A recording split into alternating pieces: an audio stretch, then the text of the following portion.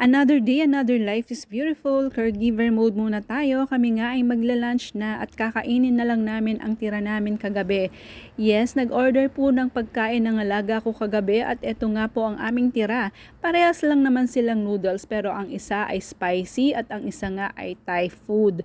Eto nga yung isa nga dyan sa plato ay niluto ko, iyan nga pala ay eggplant na may kamatis. Ayan po ang pagkain ng aking alaga. Siyempre ako rin ay kakain kaya kailangan hating kapatid kami. Char. Kwento ko lang po, ang kagandahan dito sa aking trabaho, mahilig talaga silang kumain. Hindi kagaya nung dati kong alaga na namatay, hindi siya gaanong mahilig kumain at hindi siya mahilig kumain sa labas. Pero itong amo ko ngang ito, ang hilig-hilig nilang kumain sa labas. Ako nga ay medyo nananabana dahil nga hindi na rin ako nakakapag-exercise. Tapos, ang hilig-hilig ko pang kumain ngayon. Nahahawa na talaga ako sa alaga ko dahil kung ano-ano na lang talaga ang binibili niya sa akin. Kwento ko lang po, sabi nila kapag swerte ka daw sa una mong amo, sa pangalawang amo mo, hindi ka na daw swerte. Pero hindi ata ako naniniwala doon kasi nga biglang may sumisigaw. Totoo nga naman na kapag swerte ka sa una, minsan hindi nga naswerte sa pangalawa. Salamat talaga sa Panginoon na hindi ko nararamdaman na malas ako ngayon sa amo ko. Dahil mabait naman talaga ang amo ko ngayon. Kaso nga lang, medyo kuripot. Namimiss ko nga yung alaga ko dati dahil super generous niya. Siguro dahil matagal din kami nagsama, kaya talagang nakilala na namin ang isa't isa.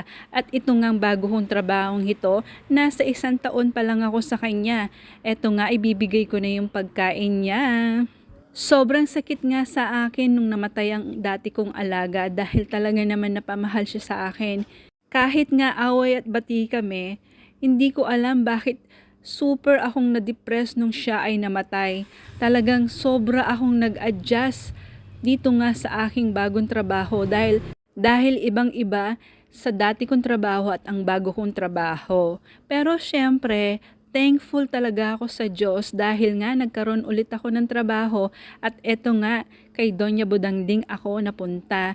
Siguro nga may dahilan ang Diyos kung bakit ako nandito. Naalala ko pa nga noon, sabi nila hindi daw ako pwede dito dahil nga matanda na siya. At dahil nga sa aking sitwasyon na medyo alanganin na nga ako dito. Pero hindi ako nawalan ng pag-asa. Talaga naman ako ay nagdasal at tinupad nga ng Diyos ang aking kahilingan. At alam niyo ba, ang ginawa kong gabay, ang namatay kong alaga, hinihingi ko sa kanya na tama bang mag-stay ako dito kay Doña Budangding. Yun nga po, hindi ako nagkamali, talagang ginabayan ako ng dati kong alaga. Lahat tayo may kwento sa buhay at ito po ang aking kwento. Kakain na rin pala ako at no rice nga dahil noodles din ang aking kakainin. So parang rice na din yan. At habang kumakain nga kami, etong si Doña Budangding magsi-CR daw siya at wala akong magagawa. Yes po, ganito nga po ang isang caregiver. Kahit ikaw ay kumakain, ayun, tumayo na nga po ako dyan para punasan ko yung puwit ng aking alaga. Kailangan kung isa kang caregiver, malakas ang sikmura mo. Kung mahina ka sa ganito, wag ka nang mag-caregiver. Lalong kung wala kang pasensya, wag ka na ring mag-caregiver. Dahil ang mga matatanda is mas matitigas pa ang ulo kesa sa mga bata. At wala kang magagawa doon dahil nga isa kang caregiver. Kailangan mapagpasensya ka. Minsan nga nakukulitan na rin ako sa aking alaga pero ganun talaga. Kailangan mong sumahod, kailangan mong magkaroon ng maraming pasensya. Eto na nga yan ibabalik ko na siya kasi nga kumakain pa kami, di ba? Nagugas po ako ng kamay dyan ha. Baka akala nyo, isa pa po, lagi kang puyat. Kung hindi ka sanay mapuyat, naku, huwag ka nang mag-caregiver. Kung mapapansin nyo nga, yung eye bags ko, sobrang laki na. Yung mga mata ko, nangingitim na sa puyat. Wala po akong choice dahil nga ganito ang aking alaga. Isipin mo na lang, sumasahod ka ng $. Yun lang po, maraming salamat.